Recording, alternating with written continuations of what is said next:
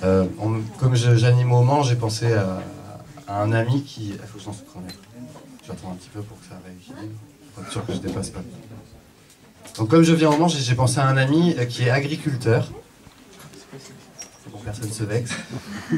Et qui travaille en Bretagne. Et cet ami, il a un tracteur électrique. Alors ça a l'air de rien le tracteur électrique, mais ça permet d'entendre tous les petits bruits sous la terre qu'on n'entend pas quand on a un gros diesel. Et puis un jour qu'il faisait son chant, il a entendu un truc bizarre, ça faisait que fais-tu, petite patate? Je prépare mon avenir et je suis pas une patate, je suis une pomme de terre. Oh pardon, mais quel est ton rêve? Finir dans les cuisines d'un grand restaurant de la capitale. Oh mais tu es bien ambitieuse, à te faire travailler dur. Ah ouais, mais j'en suis capable, hein, je suis pas une pomme à chips. Reste calme, petite pomme de terre. Je me soucie juste de ton futur. Je te montrerai gros poireau jusqu'où je peux aller. Le jour où la petite patate est assez mûre pour entrer dans la vie active, la grosse machine agricole la sort de la terre pour la mettre en cagette.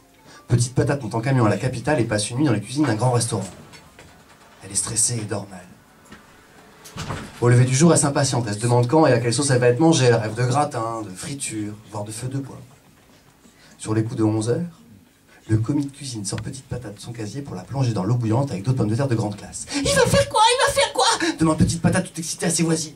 Ces choses-là ne se demandent pas. Répond la patate placée au fond de la marmite. Notre rôle est de cuire, pas de réfléchir. Ouais, mais je veux savoir, moi, j'ai tout fait pour arriver là, j'ai toujours dirigé ma vie.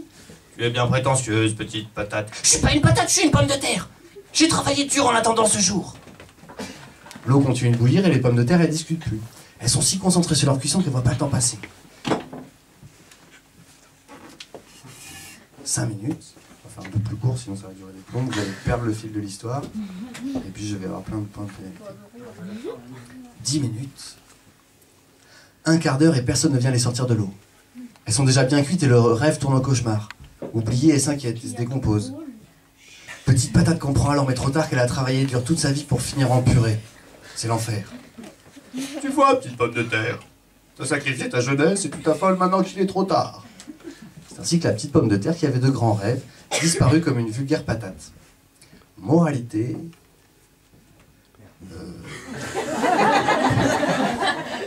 Tant va la patate à l'eau qu'à la fin, elle s'effrite.